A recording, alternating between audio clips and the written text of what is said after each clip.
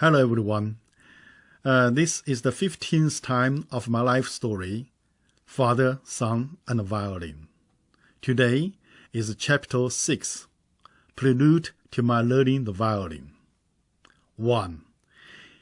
My hand-carved violin method book, Holman. Once I possessed my own violin, I could not contain my excitement and ran straight to Wang Shi's home.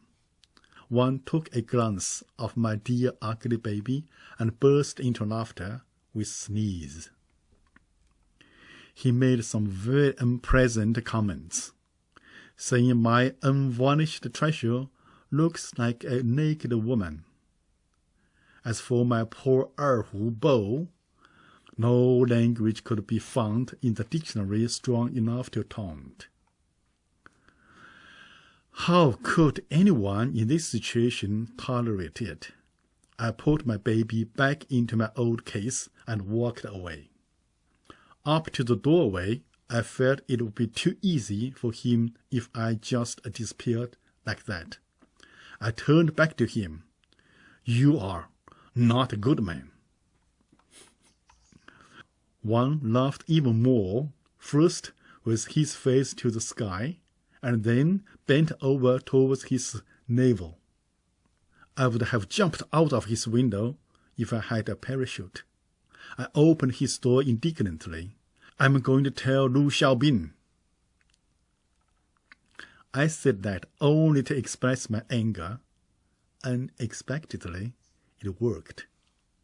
One chased me and dragged me back to his home. He took out a broken violin bow and explained to me with sincerity. Once my younger brother sat on it. "If you can, or find someone who can fix it, I can let you use it for some time. It's a broken bow, but it is a violin bow, much better than your erhu bow for sure." One took the Holman violin method book from his music stand and turned it back to the first page. Next, he taught me a little about how to read the scores and even demonstrated a couple of times. I was so excited that I forgot all the humiliation from only a few minutes ago. When I packed up my violin together with his broken bow and walked to the door, one again blocked my way. He took out a crinkled letter from his pocket. It looked like it had been in his pocket for quite some time, and handed it over to me mysteriously. "We are friends, right? Friends help each other." Hand it over to her. "Lu, you know what I mean. Secretly, please." "Make sure nobody sees it," he reminded me again from his window. The next morning, I went to see Teacher Lau, as I remembered he had the Holman book, and had once said he could let me borrow it when the time came. What I found out was that the method Holman was not his property, but the property of Ma. I will talk to Ma again next semester when we are going to buy a new violin. Now comfort me. Nothing more I can do. I turned to leave when Lau asked me if I could give him a hand sorting out some recording tapes, big tapes, as well as some records, as we still have 2 hours to go before the rehearsal. He played the tapes on a recorder and the records on a phonograph. When the music started, Lau would tell me the title of the music as well as the name of the composers. I remember there were symphonies by Tchaikovsky, Beethoven, etc. The Rimsky-Korsakov's Capriccio Espagnol drove me crazy, and it became my most favorite orchestra work. The music went on and on. Time made no sense to me anymore. My spirit soared to a completely different sphere until Teacher Lau turned off the music and told me, All these are called non-title music. That's a Chinese political name for Western classical music at that time. When we have time later, we can do more criticizing together. By that time, if you want to enjoy something, you say criticize. Okay. Since then, to help teacher Lao sort out the tapes and records became the best excuse for me to see him often. Before rehearsal, Lu Xiaobing asked me to look after her school bag as usual. I caught the opportunity and passed one's letter to her. Secretly. Lu looked excited. Her face turned red when she took the letter. She even rubbed my hand a little. To avoid misunderstanding, I quickly told her it was not me, but my friend Wang Shiyi who wrote the letter to her. Immediately, her face turned blue, and she returned the letter back to me without opening it. Looked very disappointed. Since when did you become a postman? When Lu was about to walk away from me, she bumped into Captain Li. I believe Li was somewhere observing us the entire time. Li seized the letter from my hand and quickly opened it. Then read very loudly. If you were the sun, I wish to be the earth, turning around you forever. If you were the earth, I wish to be the moon, turning around you forever. Meanwhile, more and more people came closer to Li, forming a little circle, among them also Ma. Li looked at everybody, and again, more importantly, looked at Lu. He found Lu did not really look offended. To Li, that was Lu's tacit consent. Therefore, he courageously went on with his reading. I think the best would be I become your ballet shoes. Let you trample my body whenever you wish. Inevitably, a huge burst of sneers poured on me after Li's performance. Li waved the letter in the air with great satisfaction and asked, "Who wants to see more? Who wants to see more?" As I hesitated as to whether I should take the letter back, Lu stretched her little finger towards Li. The letter was soon in the hand of Lu. Lu looked at me, remarking, "A man with courage should be respected." Lu moved her eyesight to Li and again remarked, "Unlike somebody else." Then to me again, "Go to thank him. But do not forget to tell him, unfortunately, his shoes may be too big for me." After that, Lu carefully folded the letter and instead of giving it back to me, put it into her school bag. My subconscious ordered my hand to take her school bag as always, but this time she wouldn't let me. As soon as Lu left, Li suddenly became unusually friendly to me. He tried to find out from me who that man with courage was. His hard attitude looked as if he wanted to form an ally of anti-love rival with me. Seeing that Li left me to go find Lu, Ma said to me in a disdained tone, "The same letter I also received before.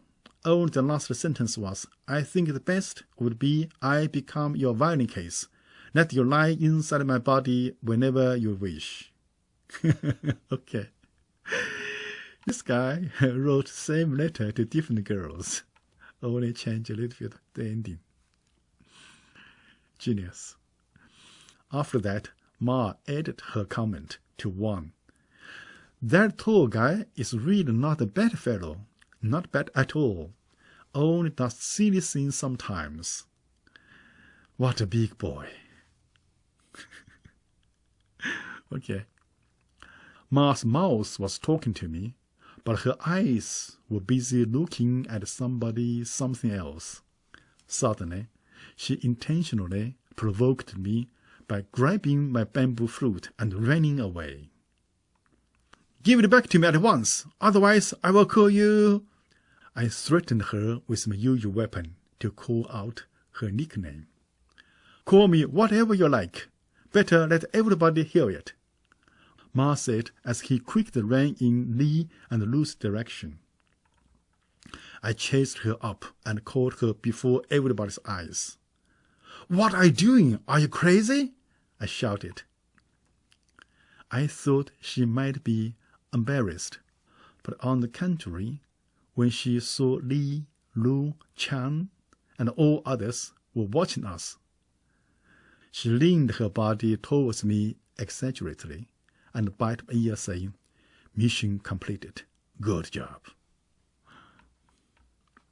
With Lou's wide-open eyes, Lee's wide-open mouth, and Chan's widely standing hairs, Ma turned my flute back to me and slowly walked away with a smile of some kind of satisfaction.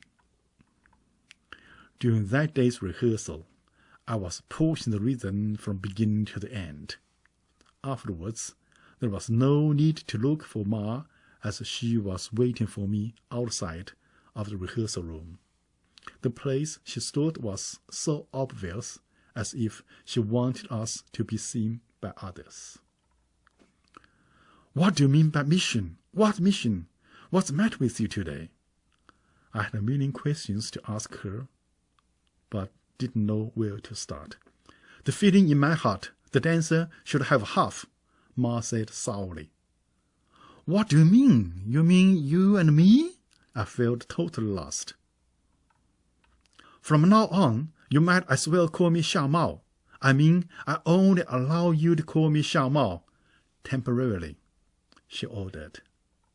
But you said you dislike bamboo flute of any kind," I reminded her. "You can reform yourself to be a violin player, can't you?" she addressed. Later, after I reviewed the whole thing, I realized that was the instance Ma decided to give up hope for Lee. Therefore, he wanted Lou to share part of her broken heart by means of pretending to be my girlfriend. At the same time, she wanted to pass stopping trying method to Flute Chan. Additionally, I think she probably had a little change in taste by taking me as her new boyfriend temporarily, or as a kind of anesthesia for her lovelorn heart for the time being. She just needs anyone, for the time being. But my brain was filled with violin and violin only, with no room at all for this romantic nonsense, or anything else.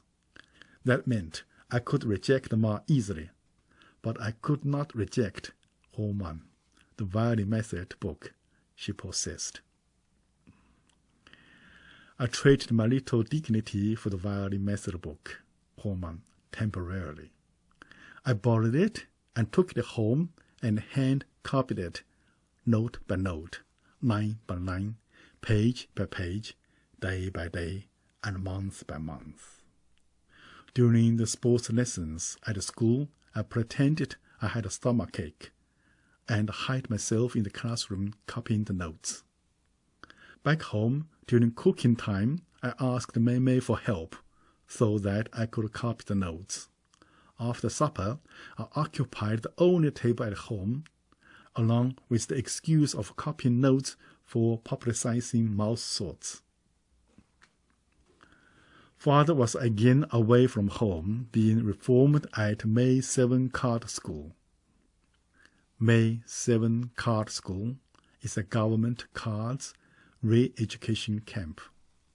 No one in the rest of family understood what I was copying, especially as I changed all the titles to revolutionary names, such as Praise for Mouse Swords. Even late at night, after my brothers went to sleep, I sometimes got up and used a flashlight to copy the notes. Horman is a duet written for 2 violins. In practice, I only need to copy the notes for 1 violin, but I did both. That passion, that effort, I had only applied once before, in the year 1960, when I desperately tried to prevent myself from death by starvation as I dig Chinese potato roots to eat. Same effort I made before was only in the 1960s. I worked so hard that my hand was blistered. Finally, I finished my copy of the violin method, Horman, completely. From book 1 to book 5, I thick as this thick book. Okay. Wow, I remember all those things clearly. Okay, thank you for today. Bye-bye.